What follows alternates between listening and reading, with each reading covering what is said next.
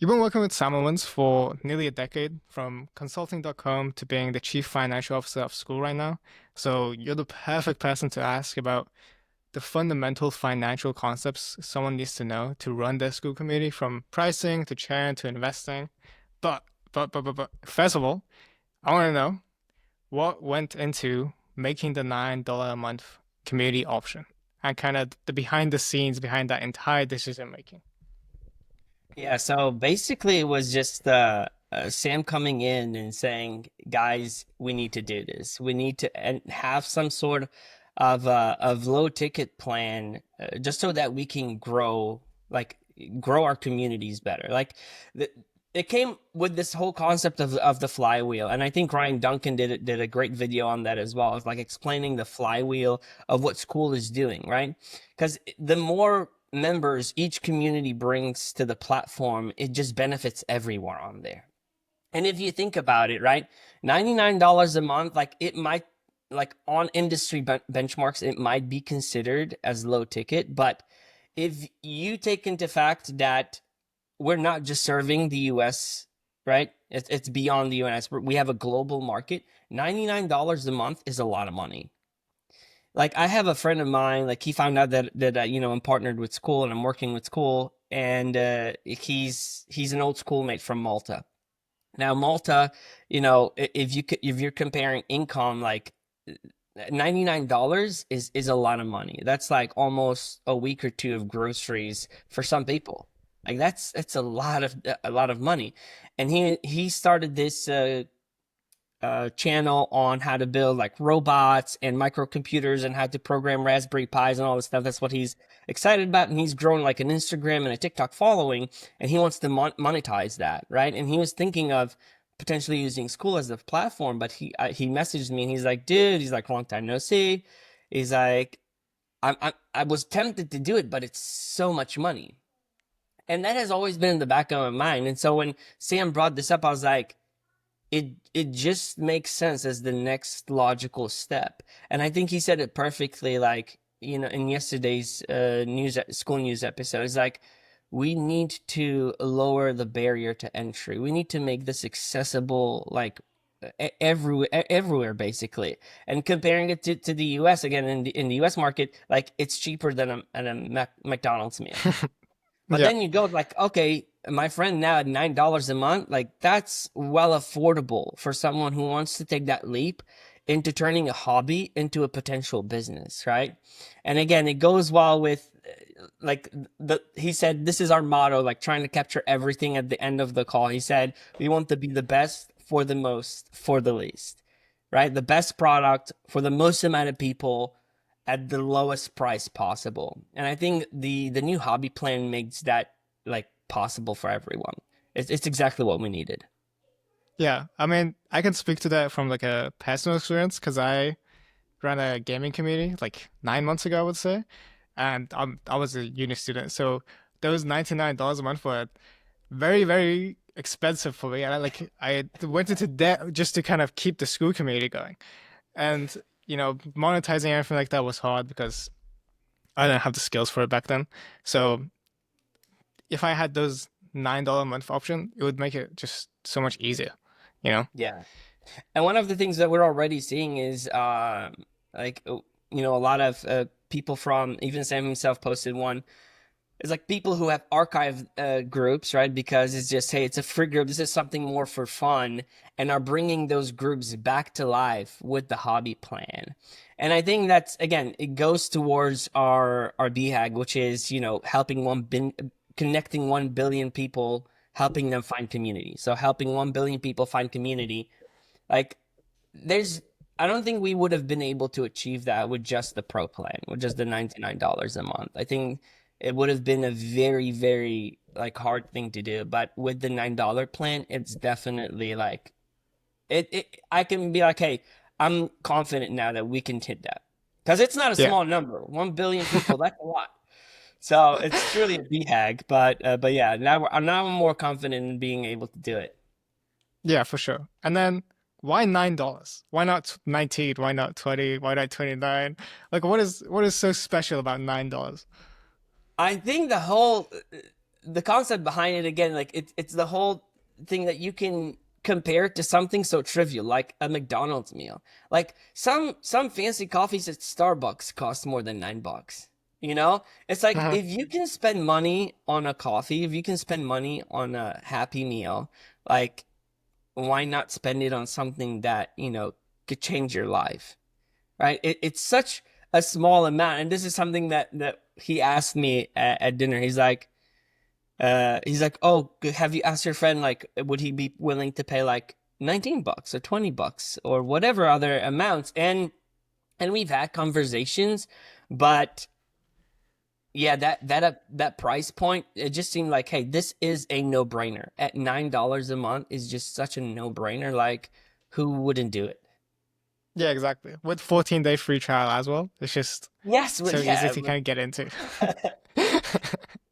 I don't know exactly what School News episode it was, but Mhm. he was saying something to the effect like, "Oh yeah, like we want to do everything like to the best thing, like to the best possible outcome, right? For example, the merch. We went and upgraded our merch, and we lose money on that. These school game trophies, we lose money on it." And he was kind of like laughing about it, but like as I'm watching it, I'm like, yes, it's true, but it also hurts like for me for someone like me who's like on the back seat, just watching the numbers. Mhm. But I understand what he's trying to do, and I've trusted in his leadership now for almost 8 years, and the reason why I continue doing it is because he continued to amaze me, like year after year with what comes out. And I think it's a very for me, someone like me who has like that accounting mindset and very pessimistic, very careful. It's good to be challenged by someone like him because he allows me to grow in areas that I wouldn't be able to grow otherwise. So it's like for me, he's a great leader in that sense, is that he's creating space for me to grow, and bringing me along in the journey, you know? What areas do you feel like he's helped you grow the most? I think with being more like, hey, listen, like we've got to take this in order to level up, Mhm. because when you're looking just at like the P&L and the income statement, it's like, oh, like we're in a great spot. Let's just keep doing what we're doing. Why change what we're doing if we're profitable, we're growing at a steady rate? Why do things differently?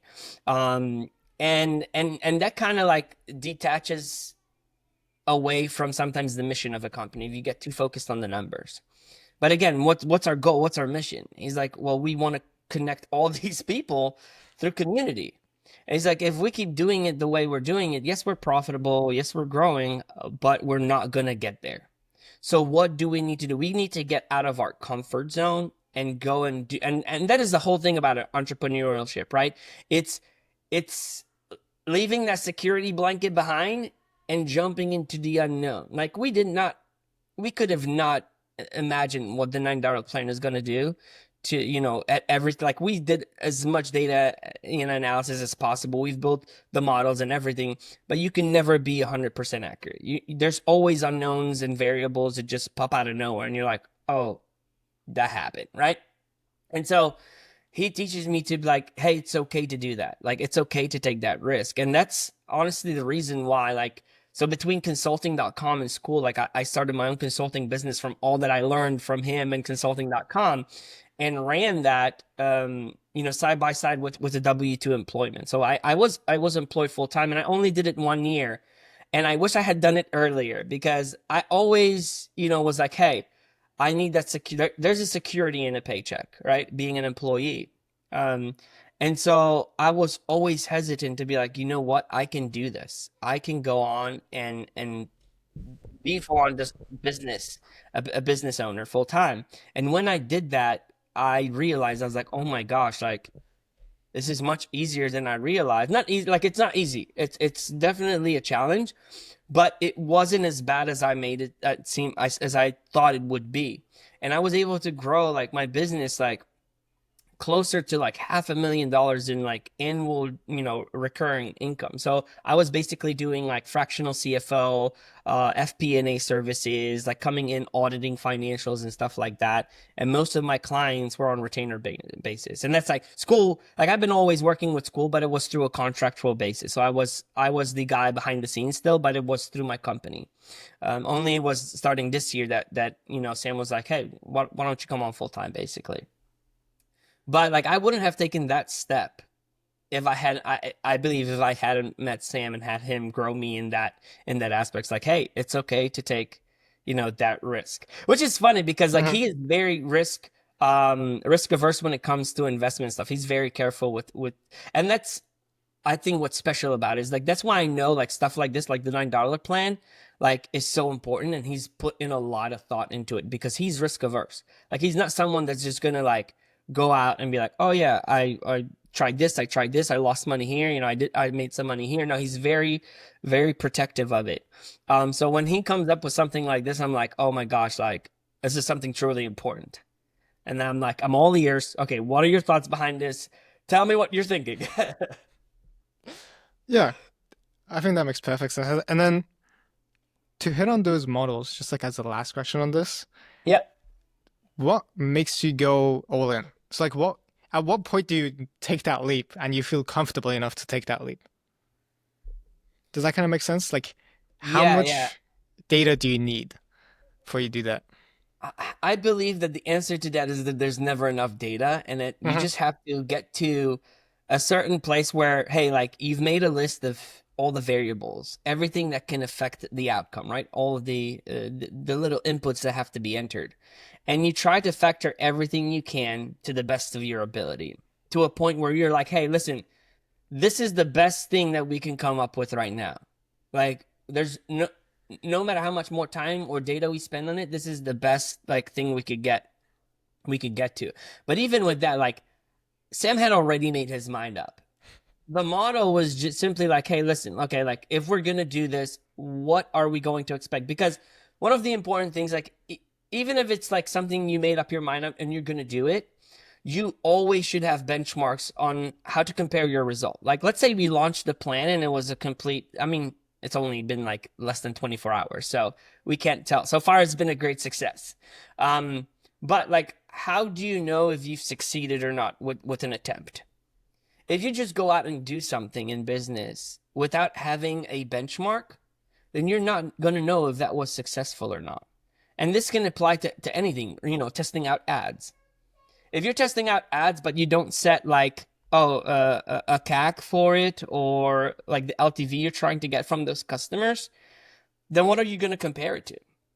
So the whole part of the modeling process isn't just to get, the best outcome, but also set benchmarks for yourself. Kind of thing like when you're doing like personal budgets, like, hey, listen, well, my goal is to try to save 20% of my income and put it into savings. If you don't have that benchmark going into it and trying to save, then you're not going to know if you're successful or not. Does that make sense? Yeah, that makes perfect sense. Yeah. Okay. I mean, I want to keep going, but let's get to the beat of it. Okay.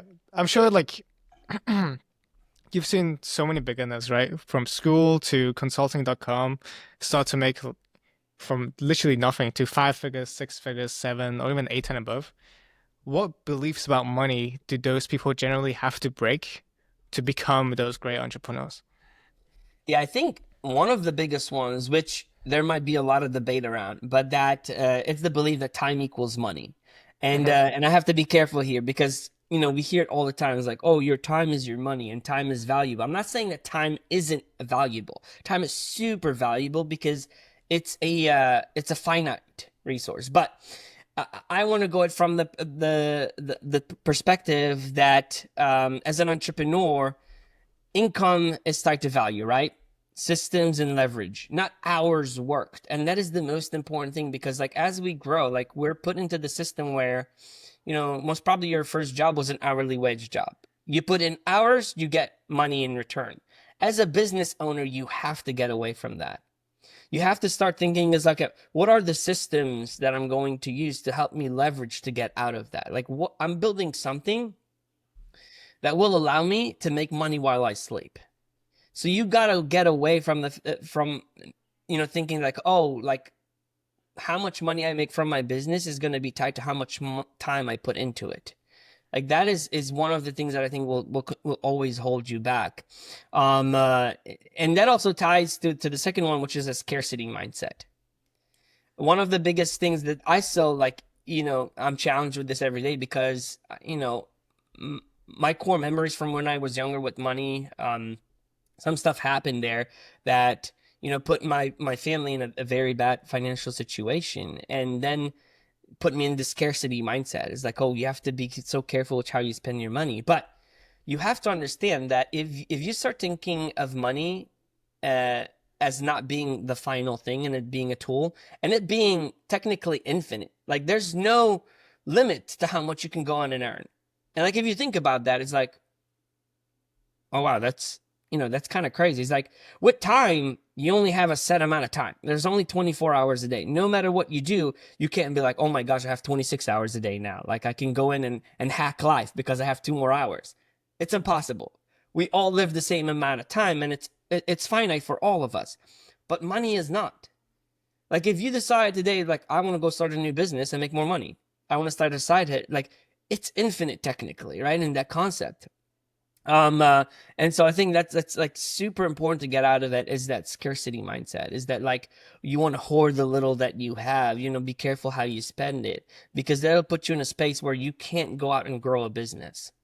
And then I mentioned this early, but the security in the paycheck, right?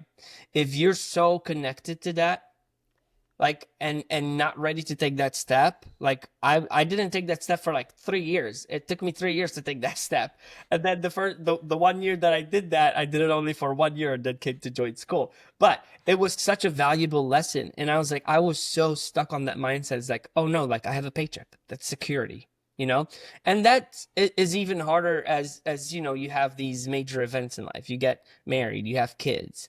When I have two kids, like with each one that we had, I became more like, oh, well, I have to make sure that, there's always food on the table. There's a roof. I have everything, taken care of. I need that security. And that security always came from that paycheck.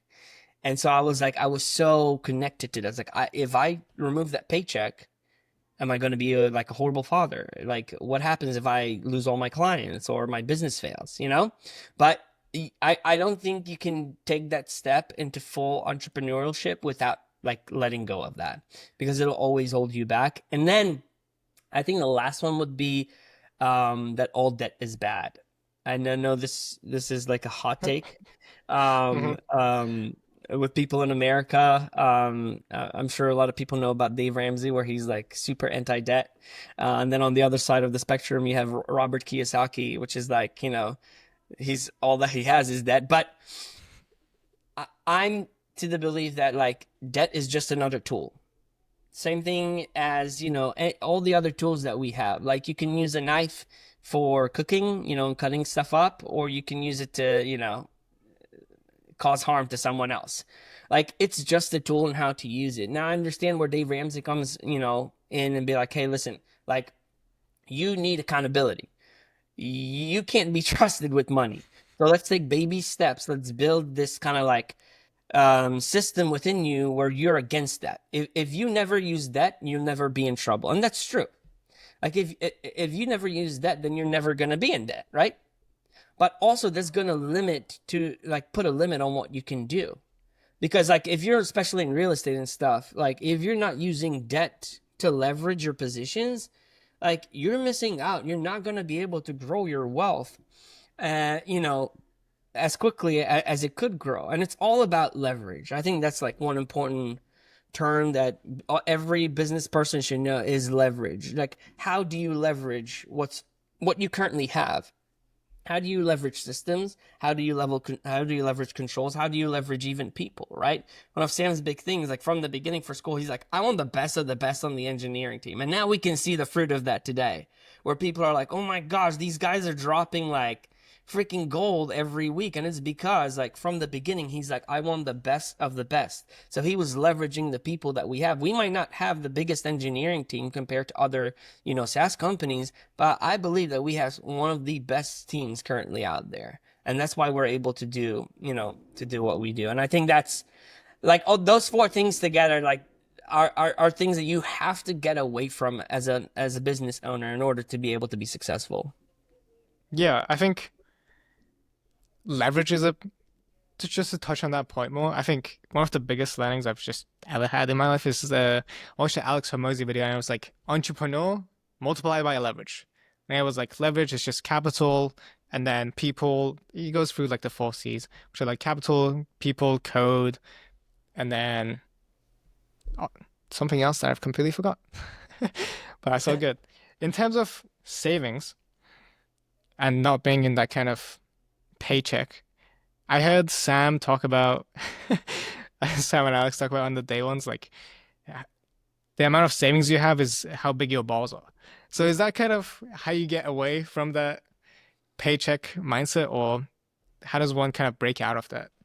Yeah, How I did mean you break out of that? that is a very healthy way of how to kind of like take on the additional risk without completely putting yourself in a position where, you've completely failed. Because like if you build a healthy enough, savings, Sam likes to call it a war chest. If you build a big enough war chest, right, then you can go on and take, and tackle the next big thing, right? And I mean, that's what he did with from consulting on to Skool. I remember from day one, like he's like, "Oh, I want to build a war chest. I want to build a war chest." And I'm like, I was always like, what is this war chest for? Like, when are we going to war? Um, so like, Skool has been in Sam's mind, I think, from way in the beginning. Like he knew something, that he wanted to do. It wasn't completely built back then, but that's what made it possible. Because again, like going to the fact that he's risk averse, right? Like he didn't want to put everything at risk just to like he took a lot of risk with Skool just in general, like he had to take that step of faith and believing in what he wanted to build. But at the same time, like yeah, there was that war chest in play. Same thing for me. Like it was a little bit easier when I going into that 1 year of doing business full time, is because basically I kept most of the profits from all the previous years because I was running it. I was saying it was a side gig, but I was making, 6 figures on it. In addition, I was making more with my side gig than I was making with my W-2. But for some reason, the W-2 I know was sure, right? Again, that's security. And so what I did is I put most of that money away in safe investments. And so when the time came, I told my wife, actually, like this is something that, I quit without telling my wife. And so a week after, like I started like sleeping in. Like it was like at the end of the year where basically I quit sometime in November from my job. And like the first 2 weeks of December, I was just waking up, hanging out with the kids. And she's like, "Are you not gonna work?" She's like, "I've been noticing like you're not working." And I was like, "Yeah, I quit." And she's like, "What do you mean you quit?" It's like, "Yeah, I quit. I quit. Like I'm doing business full time, but I figured I'd take December off." And she's like, when were you gonna tell me? And I was like, I don't know, because I was running on such an adrenaline rush. Literally, like when on that exit interview I had on that last job, like my heart was beating. I was like, "What are you doing, man? What are you doing?" It's like, "Are you sure you're gonna do this? Like, there's no coming back from this." and and so I did, but I told her, I was like, "Listen, I was like, I'm liquidating some of the positions so we have extra cash on hand if we need it." And literally, like, we only used about $8,000 of our savings until I ramped up the business again and I restocked that 8,000 back within the first 3 months. Um, but like that, having that huge cushion, made that step. I don't think I would have been able to do that if I knew that, listen, like as soon as I quit my job, like I need to go and figure out how to feed my family. Like that is much harder. And again, like it's it's a huge step no matter what, but if you have no money to do that and that change, it's gonna be much harder. It's definitely gonna be much harder. how many months of savings did you have? Just out Oh, of I curiosity. mean, so basically, I in my saving and save investments, I had about a quarter of a million. So that's a lot of savings. But again, that's like years of doing business, right? I always tell people that you like the safe part. I always take into consideration, okay, if everything fails, how long is it gonna take you to go get a job and get back into the 9 to 5, right? Right now, we're seeing on average, I think it's about like 106, 108 days for someone to go get a job on the job market. It's not the best right now, right?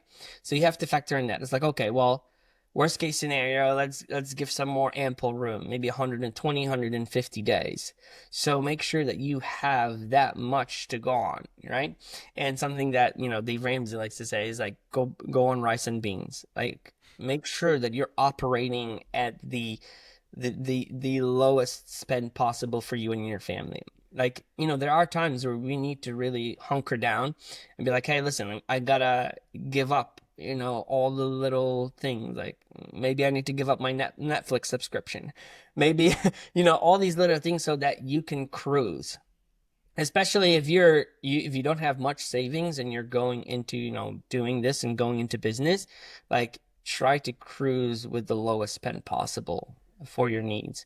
And as like again, like you just got to make sure that your needs are fully covered. And I've done this with a lot of people where they're living paycheck to paycheck and they're like, there's no way we can't, like, we need all of this. And I'm like, do you really need it?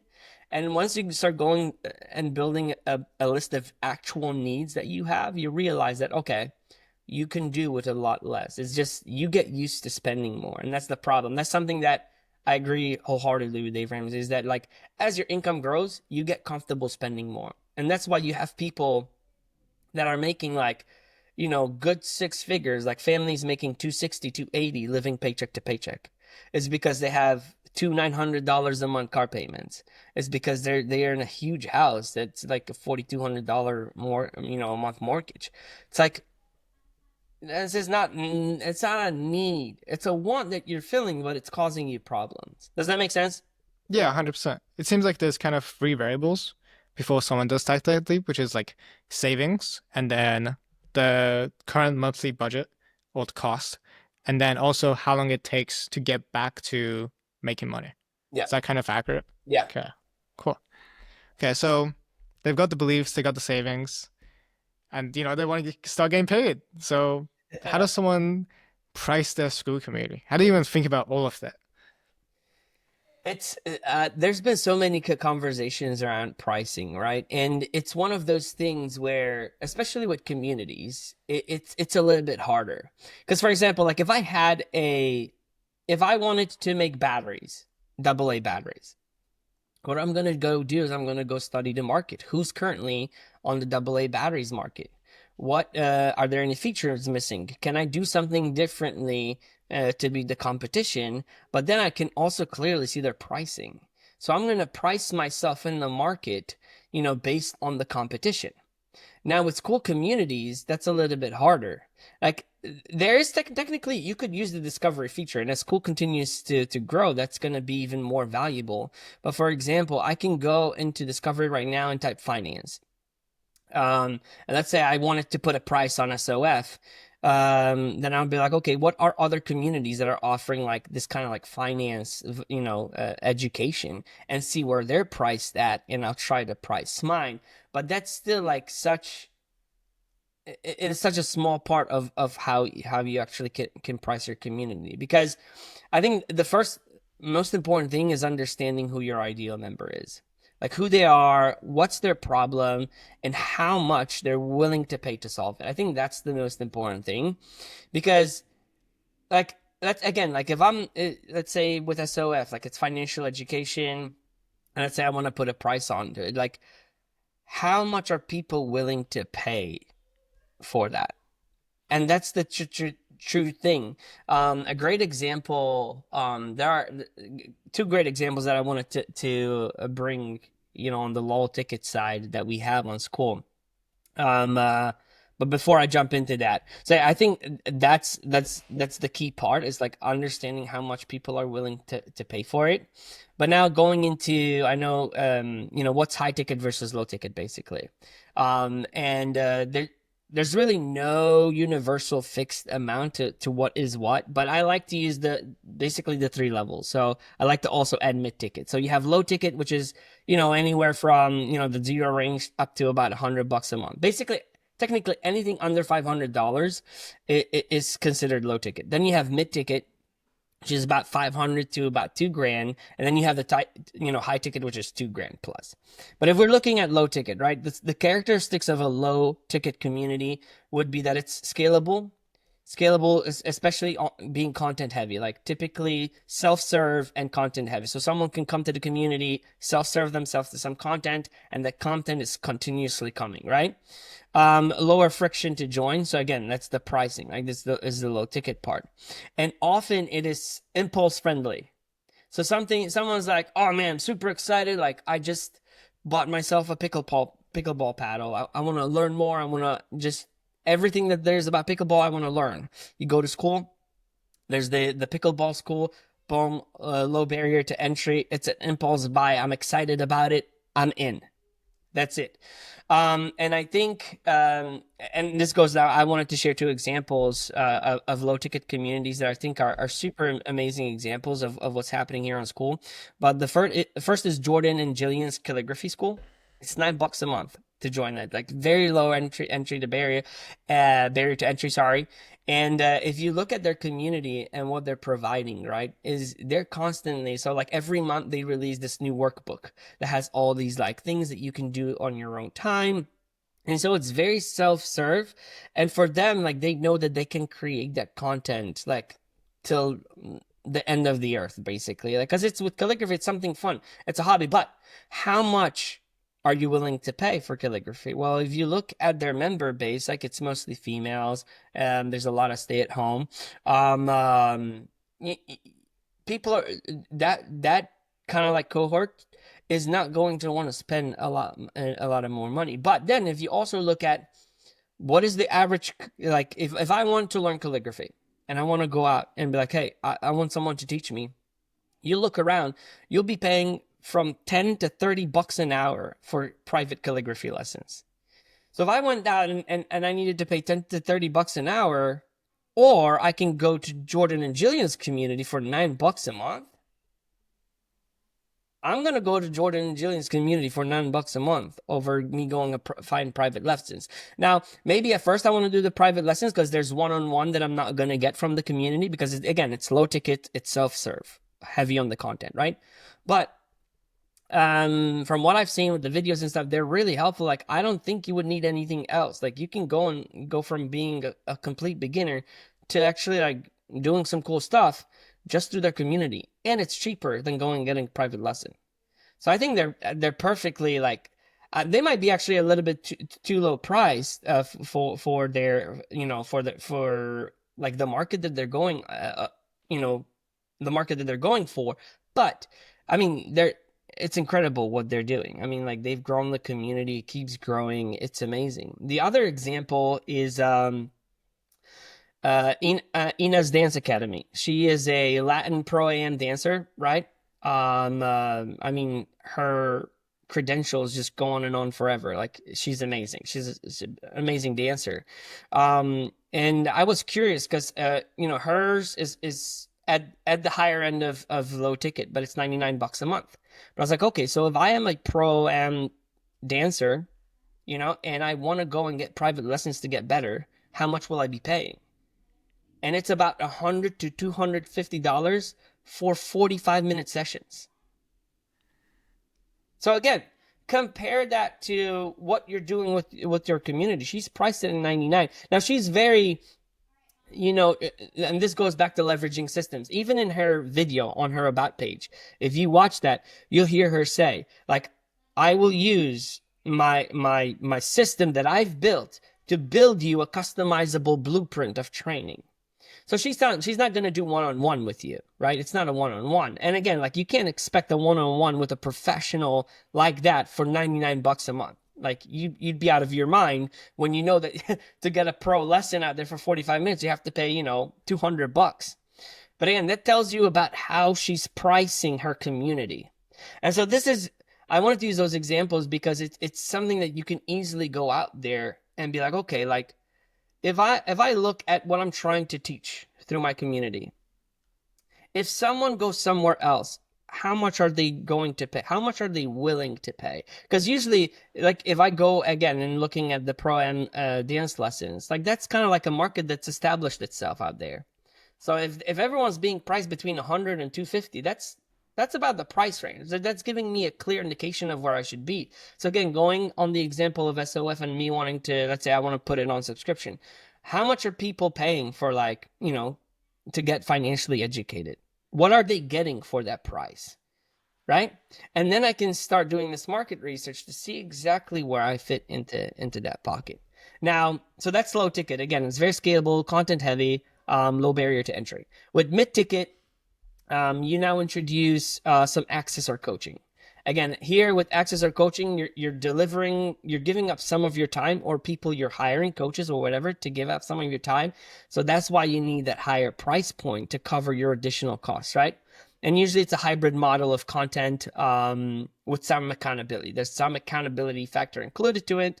And usually people coming to that require a little bit more thought. It's no longer an impulse buy. It's no longer like, oh, let's do this. This is easy. No, it's because it requires a little bit more of a financial commitment to it, right? And then obviously you jump into high ticket where you have, you're expecting deep transformation, high touch, one-on-one coaching, private calls, personal access to your coaches, your mentors.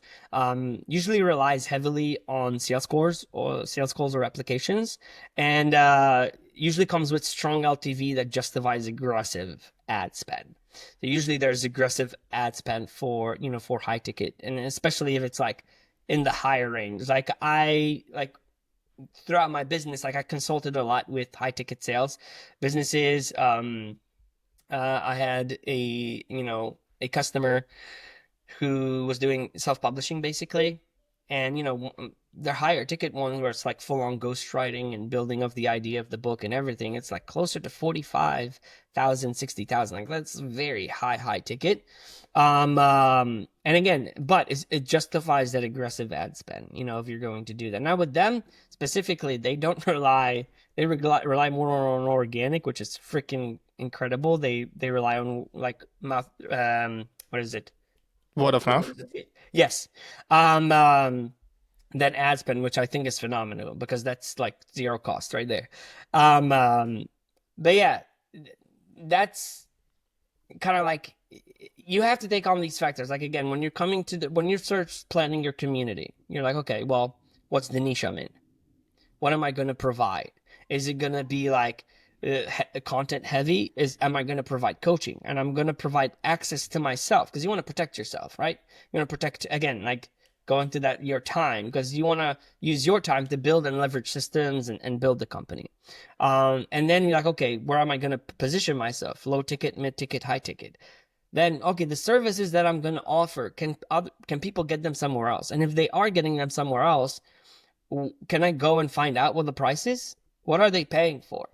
And then once you have all of that information, it can become like much easier for you to like, okay, like this is the price range. And then don't be afraid to test. Like I always tell people, like it's okay to test out prices. You just be careful with how you do it. I always tell people it's easier to go for a higher and then lower than go lower and go higher, because you might lose your initial members in that sense. Now, what's cool, it's nice because if someone comes in at a lower price and then you up the price, they're locked in, they're grandfathered into the lower price, which I really love about that. Like, because that basically puts a sense of like the grandfather, the founders association in any given community. Like, hey, you are one of the first to support this community, and that was also going to help with retention. People, like if I joined a community and it was $20 and now it's $50, I'm not gonna quit and then later come on for the $50. So I'm going to most probably retain much better, right? But I always say, Um, um, uh, you know, test it out, but make sure you have all the information that is available to you. Sometimes you're doing something very unique and hard, and that's not really out there. Like I've seen that as well. And so with that one, it's going to be a lot more gut feeling than data. Hmm. And at the Yeah. end of the So day, like you have to trust your instincts. If you are, you know, if you believe that you're an expert of the field, or somewhat like the field really well, just trust your gut instinct. Like otherwise, like if you do not really know about that niche, then maybe you shouldn't be your niche. That could be completely, a prequel question to if you shouldn't do any of it. Uh, but yeah, like sometimes it's okay to trust your gut instinct. Just marry the two. It's all about like taking quantitative data and qualitative data and putting it together. what did those things mean? So quantitative data is like data, numbers, like oh the price that someone pays. Qualitative data is feedback. So Hmm. like me asking you, hey Arden, like if I have this product, how much are you willing to pay for it? And you're like, oh, I would be willing to pay X amount. That is qualitative data, like surveys, feedback, like all of that is qualitative data. Yeah, something like the Van Vis Tendrup.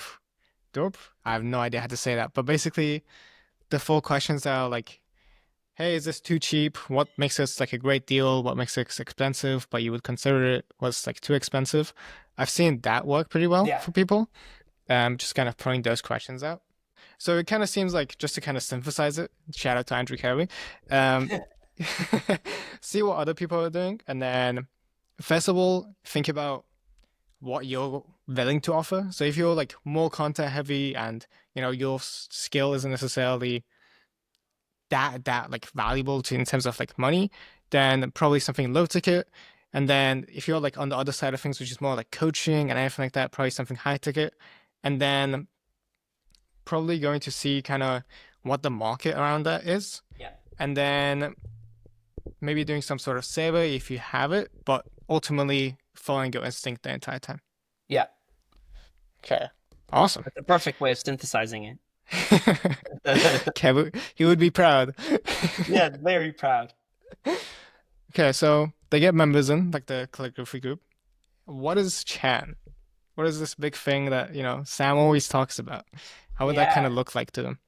I actually dropped so one of the things we're doing in SOF is basically like going through some of the key metrics that we're using in Skool, and so we dropped the post on churn and shared a workbook. But basically it's the percentage of customers or members who cancel or leave during any given time, right? So let's say I have 100 members at the beginning of the month, and then at the end of the month I now have 95. So it means I lost 5 of my members. That means that during that month I had a 5% churn rate, right? It means I lost 5% of my membership. Now, one of the two big things that I do mention in my post about churn is that you can look at churn from two perspectives: a financial perspective or a numbers perspective. And basically what that means, what the first one, financial, is based on the revenue, on how much revenue you're making. And the second one is what I just covered, on the actual number of members.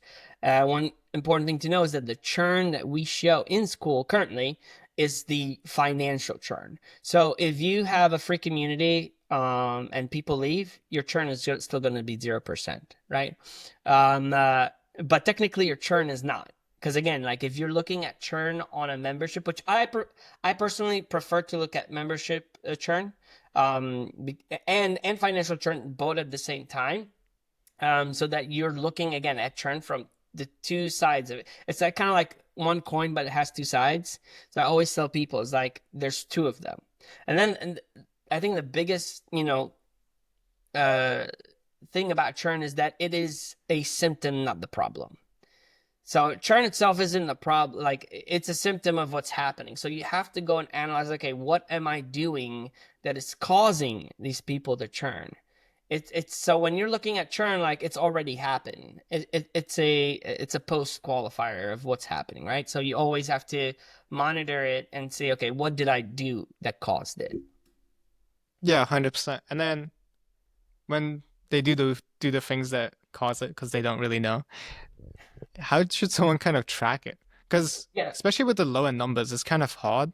if you don't have like that many members or you like aren't that far ahead yet? Like how much do you even value it at that point, you know? I think it's always valuable just to even get into kind of like the rhythm of calculating it and monitoring it. But the best way to do it is to track it through cohorts. And basically what that means is you're basically going to look at, let's say we have the whole year. So all the members who came in January, who joined in January, are now our January cohort. And what you're going to do is you're going to see, okay, from those January members, how many of them stayed for 1 month? What percentage of them stayed on month 2, month 3, month 4, month 5? And usually we look at like a 12-month gauge. And then you go down, okay, the next cohort is the members that joined in February. And then March, April, so on and so forth, right? And you're creating this chart that's giving you some information about, okay, how long are people staying, and it's going to help you, basically gauge what the LTV, which is the lifetime value of any given member on average is. Basically, you want to know basically once a member joins, how long are they going to stay? And I think it's one of those metrics that are super important, especially if you're going to spend money on getting more members. Because you need to understand actually how much money you're going to be making from a single member that's coming in, before you can go out and spend money to get that member. Does that make sense? Yeah, especially if you're running ads, for example, right? Yes, especially if you're running ads. Because let's say I'm I have a subscription. It's $10 a month, right? And on average, any given member stays around 3 months. So that means I'm making $30 a month, but I'm spending like $35 a month to acquire that customer. That means I'm losing money because I spent $35 to get you in. You spend $10 in the first month, $10 the second month, $10 the third month, then you cancel. I'm -5. I'm left holding the bag, So it's like it's super important to understand that. And that's why, like, again, that's why we're putting so much emphasis on churn, because like it is the name of the game basically when it comes to, having your own community on Skool. It's like if you can keep that churn low, like it's gonna do amazing things. Yeah, 100%. I think from my very limited understanding of growing a very big business, you need some sort of recurring or recurring revenue. So you can't just get like 1 million people and then next month, oh, let's just get 2 million people. That's extremely difficult. So Yeah. just keep the million and then add another 2 million, and ultimately that's how kind of how you want to scale it. And then from being kind of behind the scenes, what are like the top things you've seen work for reducing churn?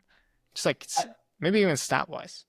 I think the most obvious one, but it has to be mentioned, is the onboarding. I think onboarding is so important, and just because, like, think of it the way we're like our brains work. Like if you go out to the store and you buy something, you're giving someone money, you're getting instant gratification, you're getting instant value, right? I went to buy this drink. I gave them money, they gave me the drink. I have what I paid for instantly. Think of onboarding the same exchange, timeline exchange, right? I'm spending money to join your community. I'm expecting this like instant return of value, right? Now, if I pay, I'm just dropped into the community. There's not really much going on. I'm left to just wonder posts and maybe go into the courses. I'm either going to get overwhelmed from a sense like I don't know what to do next, or I'm going to be underwhelmed. It's like, okay, where's the value at? And immediately you're going to lose me pretty fast. Within the first, most probably, like, could even happen within 24, 48 hours. If I don't find that immediate value, that instant gratification that I need, that my purchase was good, then I'm going to most probably churn. Right. And that's why we put such emphasis on the onboarding. That's why, Sam and the team worked on the onboarding video. Like it's so important. And like the onboarding post, do this, and that. You need to get people engaged so that they can start enjoying the value. And that, drives me to my second point, which is consistent value delivery. Like you need to make sure that you are consistently delivering value to your members, especially if you are a paid community. Now with a free community, again, it's free. You're getting everything, all the value that you're getting from that community. You didn't pay a single dime for it, so it's all plus to you. But if you are, charging people, you need to make sure that you have a rhythm when it comes to content. If you're doing live calls, if you're providing some sort of utility to your members, right? You need to create the sense of longing for someone to want and need to come back to the community. You want them to think about it like if not every day, at least once a week. It's like, oh, I got to get back onto the community. I got to go back onto the community. Give them that reason to do that. I think that's super because if it's not there. Like one of the things that I like to look at is people's green bars, especially like community owners. Like yesterday I was going through some communities, and I'm like, we have like community owners that are like have a green square once in like every 3 weeks, and I'm like, and I know some communities like are using Skool, but then are doing a lot of the connection and stuff off of Skool, which is fine if that's happening as long as there's value being delivered, right? But it's also like it's a clear indicator if someone is or not providing value, at least on platform. So there's like, yeah, consistent value delivery is super important, and that goes hand in hand with community engagement. One of the things that I absolutely love about Skool is that you have access to people, like direct access. Like what other companies can you go and be like, oh, he's like, technically I have direct access to Sam. All you have to do is go to Schoolers at Sam, and he'll most probably read that. Like I mean, he's I'm here very talking to you. what? So I'm here talking to you, Oh, so that's like yeah, a exactly. very You messaged obvious me point on as well. Skool, yeah, and this is happening, Yeah.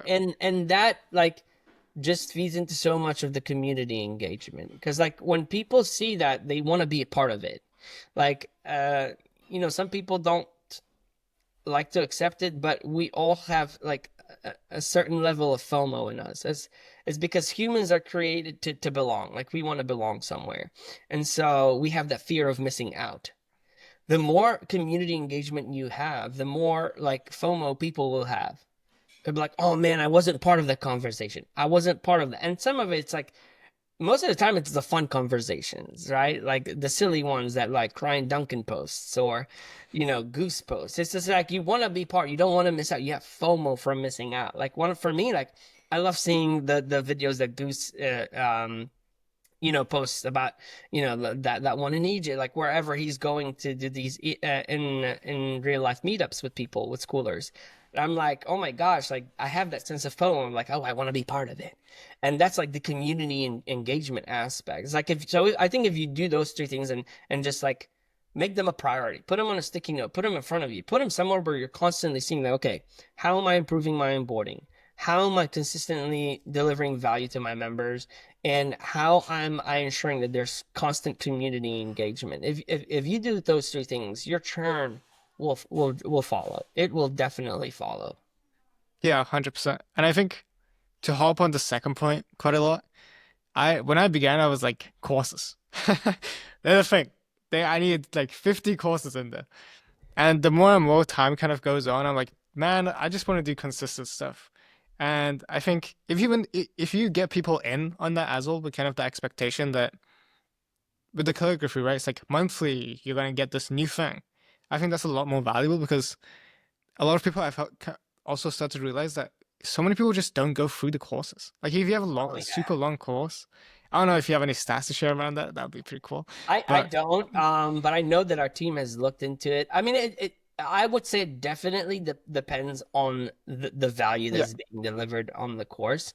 Because there are some courses that I've gone through myself, and I'm like, oh my gosh, this is so good, and I just want to get through it.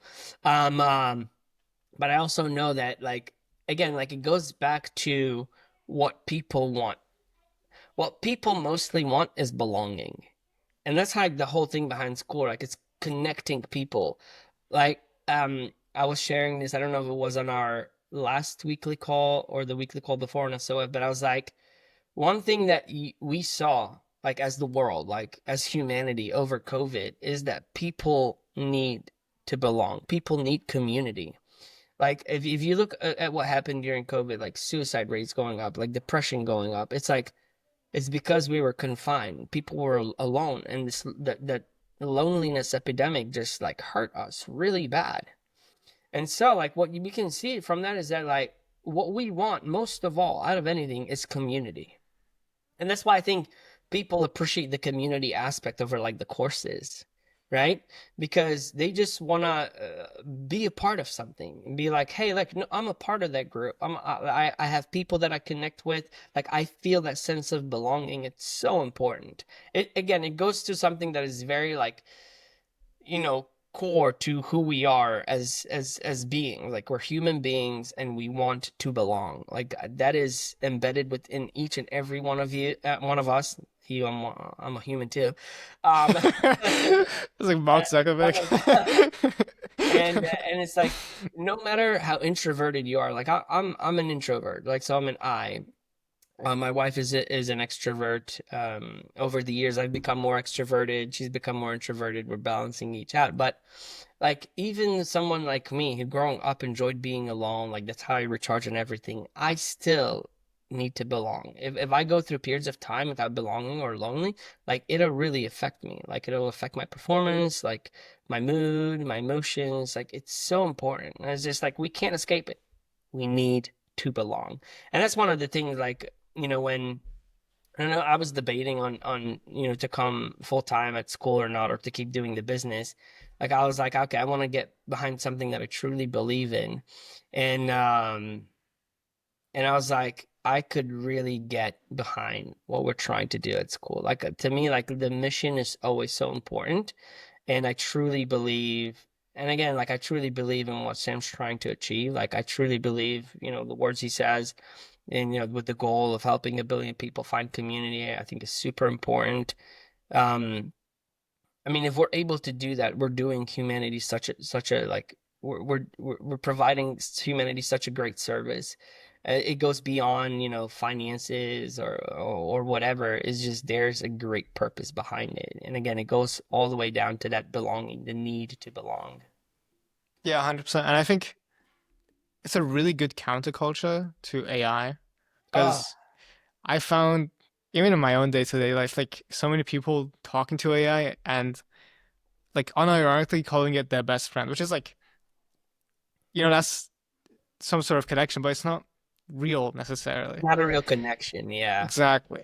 And I don't, maybe I'll offend some people who have a best friend as AI, but I encourage you, you're listening to this and you're talking to AI, make sure you're talking to humans more than you are talking to AI. Like I converse with an AI on a daily basis to help me, with work and stuff. Like I'm pro AI.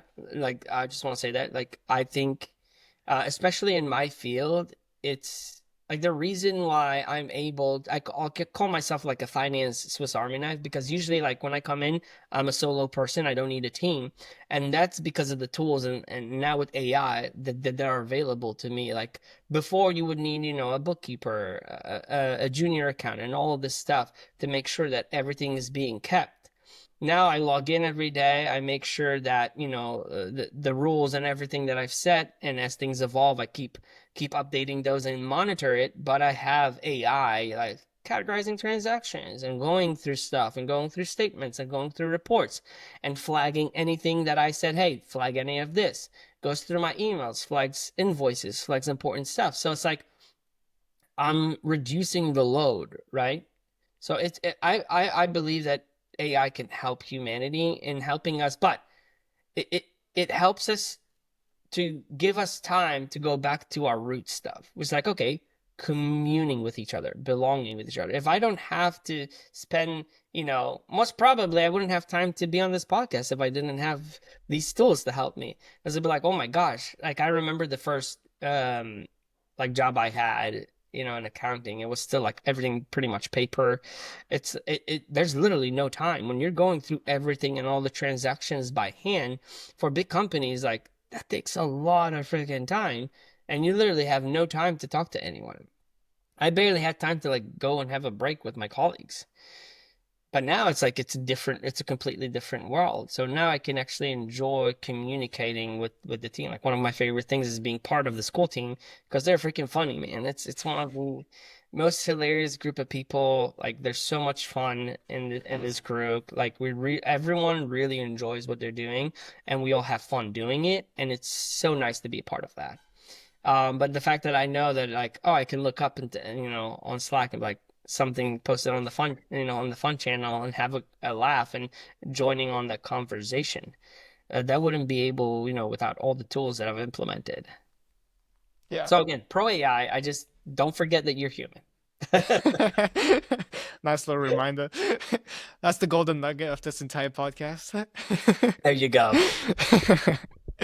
um, moving on to investing. You have like two sides to the spectrum in terms of investing, which is you kind of have Alex Hormozy on one side, which is making 20K a month, living with like four other people, 10 dogs, you got them sleeping in the worst place, just so you can, invest into his own skills. And on the other side of things, you kind of have Grant Stephan talking about, oh, just don't buy that coffee, save it, and then in like 40 years, you'll be a millionaire if you put it into the ETF.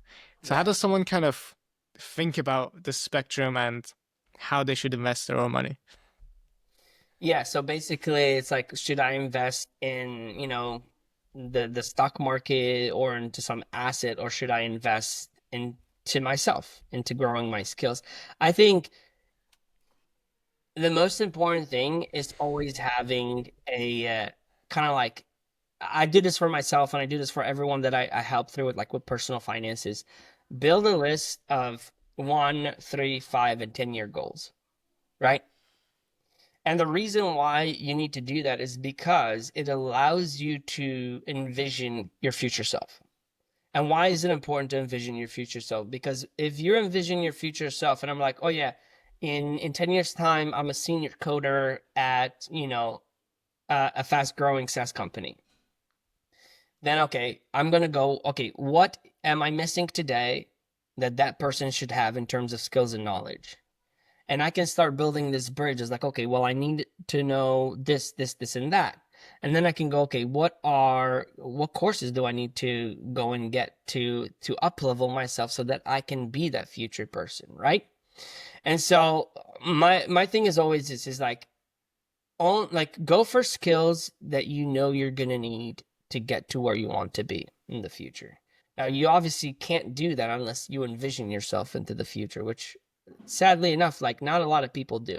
So I encourage people to do that. It's like, hey, do that for yourself. Like envision what does your life look like in the future because it'll tell you what you need to change today or what else you need today to make that happen, right? If you're in a place where you're like, hey, listen, like I can continue, doing what I'm doing and growing, and I don't need to invest crazy amount of money for skills, then yeah, I'm gonna go invest it in some sort of asset that's going to, give me a financial return. Now, the good thing about that is that investing, like, hopefully, like, let's talk about passively investing here, not actively, meaning like you're gonna put money and not think about it. That requires no time. Investing in your skills requires your time, right? And the cool thing is that we have so much information and knowledge accessible to us nowadays that there's only a couple things that you can't pay for. You can't pay for one-on-one mentorship. I mean, sorry, you can't get one-on-one mentorship without paying for it. So, like, if you need one-on-one accessible mentorship, you're most probably going to buy some sort of course that gives you that. But if it's just access to knowledge, like most knowledge is available to us. So the way I look at it, it's not like either or, it's trying to do the two of them at the same time. Now, if up leveling your skills requires a financial, investment, then prioritize that. But always try to think, okay, like what I'm trying to learn. Like what I'm trying to get to is like don't overspend. Like if you want to get into business, getting a business degree might not I'm highly against it. If other people want to boo me for that, go be it. I have a lot of friends who have gone through and gotten them like a business degree, even a master's, and they've never had a business. They end up doing a 9 to 5, and I'm like, well, now you're in debt for all of these, like, because you went and got the degree, right? So it's like if you're going for skills, like try to get those skills like the cheapest way possible. Like don't overspend, especially if it's only for a piece of paper. And at the same time, try to invest in something passively because here's where I think time is super valuable. And I think you were on the call when I mentioned it. If you compare myself to an 18-year-old, right? How much that 18-year-old has to save and how much I have to save for us to have the same amount of money in 10, like at the age of 40, like the gap is extreme, right? It comes like close, like his $50 is worth almost $1,000 of my money. And that's where time is super important. That's when it comes to investing, the earlier you can start, the better, because you're just putting money away. It's not requiring much of you.